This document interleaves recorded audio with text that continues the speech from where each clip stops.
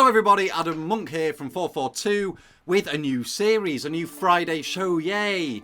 We don't have a name for it yet, but it's basically where I'm going to run through the biggest fixture of the upcoming Premier League weekend and not predict the result, but say how the underdog might be able to win the game. Oh, and quick side note, no, I have not had a gastrectomy that went horrifically wrong, therefore rendering me a floating torso. I've actually just wore a shirt that foolishly has a green stripe through the middle, therefore it looks like I'm floating. So that will never be worn again. It's gone in the bin. Anyway, enjoy the video.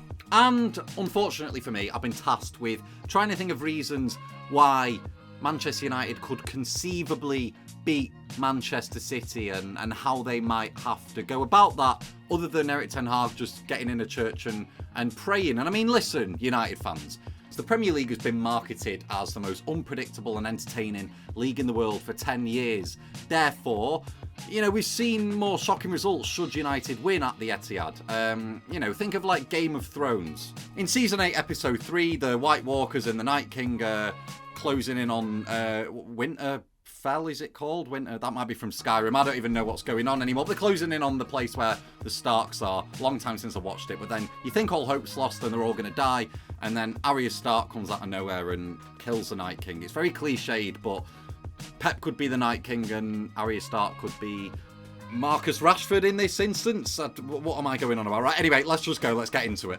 Don't stop believing. Now, let's start by focusing on the first phase of play and what Manchester City like to do in the first phase of play.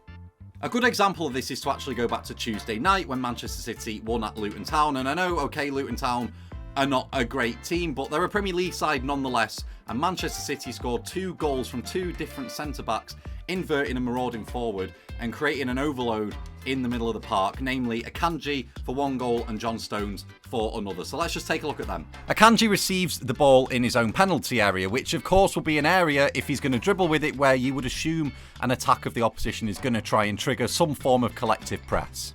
Well, that simply doesn't happen, and Luton Town are a little bit late to trigger that press. Therefore, Akanji can maraud past 3, 4 and 5 if you go to the top left-hand corner of the screen, players, which is taking out half the team with 1 carry of a football.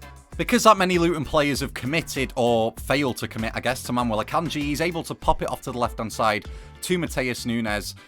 On a little bit of a counter-attack, it's a 2v2, but a very, very good opportunity, which Manchester City then do score from when De Bruyne eventually gets up the pitch on the overlap. So Manuel Akanji carrying the ball from his own box to the halfway line and getting past 4 or 5 players has instantly opened up the space for City to transition quickly and play it in behind. And they'll look to do this against United, and United have got to stop that. As for the John Stones clip here, well, if you apply the context that Luton Town are already 5-2 down, it's a little bit different, but what United also can't afford to do is allow City centre-backs to push them back effectively and have this much time and space on the ball to pop off a pass in a pocket as well. Simply put, John Stones and Manuel Akanji are probably the most important players in terms of allowing City to be tactically flexible in this side. So if you give them the time and space to maraud into that middle of the pitch, that centre of the park, they're bound to have a numerical advantage should Stones or Akanji be allowed to maraud into midfield, because they'll then have that box midfield of one of those two, Rodri, KDB and Foden, presumably, if they all start. So my advice to Ten Hag, not that he would listen to me anyway, why would he? I don't blame him, but it would be to try and trigger a structured collective press when Stones or Akanji get on the ball, because they're going to want to maraud into that midfield and carry the ball up into the middle of the park to supplement Rodri, KDB and Foden and give themselves that numerical advantage. So yeah, best of luck with that. This does kind of lead me into my next point though, which is quite important, as a lot of pundits and United fans as well have all been observing this. I mean, it's easy to observe. There doesn't seem to be much identity or structure in the United team at the moment when they've not got the ball. It's like they don't really know what to do with it, or who's going where or when, and when to trigger a press properly.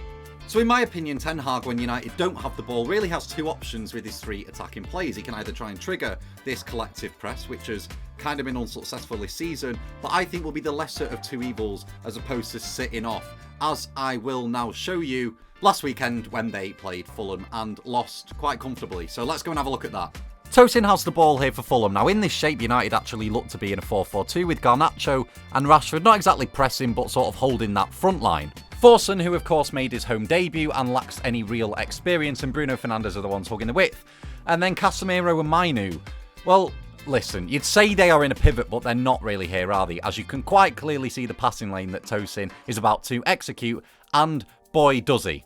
Boom, there you go, just like that, Casemiro is on the floor. And that right there, my friends, is a failure to screen the ball. The thing of utmost importance for me in this game for Ten Hag, to make sure he doesn't get absolutely leathered at least, is to make sure that Casemiro and whoever is playing alongside him, whether that be Mainu or maybe Mainu and someone else, whoever is being tasked with screening that back line will have to screen it properly. Because if not, if you allow the likes of De Bruyne and Foden to get on the ball on the turn in those pockets of space, you don't need me to tell you that that is effectively game over. Game, set, match, done, dead, boom. And if we refer back to the clip here, this is a few seconds after the pass has been popped into Iwobi, he's received and turned. What has Maguire had to do? He's had to step out of that back line to put pressure on the midfield instantly, because the midfield that have been trying to screen him have been caught out. That fails. And then Fulham are in. And this is no disrespect to Fulham, they've got some really good Premier League quality players, but Manchester City are another level to that in terms of the sharpness of play, quick in transitions, and especially Kevin De Bruyne nonetheless. So if United allow this to happen, simply put, and do not keep their discipline and try and cut those passing lanes into Phil and Kevin in the 8 positions, they're going to get hammered. So that is of the utmost importance. Don't lose the game first before you then try and win it.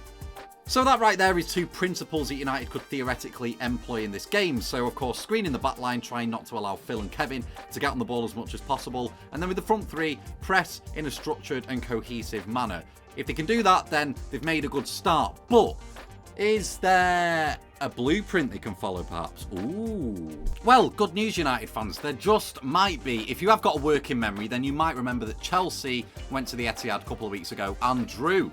Of course, this is by no means winning the game, but if United can employ what Chelsea did, which I'm about to show you now, then they might have the players with the killer instinct and experience to get the job done and edge them. So what I'm going to do now is I'm going to let my boss, Adam Cleary, do a bit of talking, because he did a great bit of analysis on how Chelsea gained overloads on Manchester City the other week in a previous video. So we're going to have a flashback now. Whoa! Now, part of the reason for this is that Man City had that sort of 4 in the middle, which outnumbered Chelsea 3. So Palmer was the one who would drift across just to make sure that Kevin De Bruyne was never getting the amount of freedom that sort of numerical advantage should have given him. But more importantly, what it was doing was, by dropping off, it was forcing Nathan Ake to sort of push up with him, creating this enormous amount of space in behind him for Gusto to then get into. And because Man City build up with that sort of 3-2-2 shape, it meant that Chelsea kept finding themselves with 4 players in this sort of area outnumbering Manchester City. The solution from a Man City perspective is that either Jeremy Doku has to track all the way back with Gusto to keep you a 4v4 there, or they have to coordinate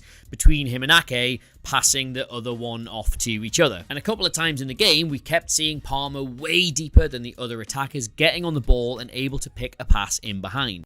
Thank you very much, Adam. God, I miss that tactics table so much. Now, a point that Adam made there was that Cole Palmer actually drifted inside to match Manchester City numerically in the middle of the pitch. Now, me personally, I think Manchester United should be trying to do exactly this with whoever's playing right wing in this game. Oh, and by the way, if that player turns out to be Anthony, then forget everything that I've said in this video, cause Manchester United will lose. I would play Bruno Fernandes there. Of course I would do this because he is probably their best player, but his main asset and attribute that he's very adept at is his outball when he does receive it, the ability to knock it into space to a runner.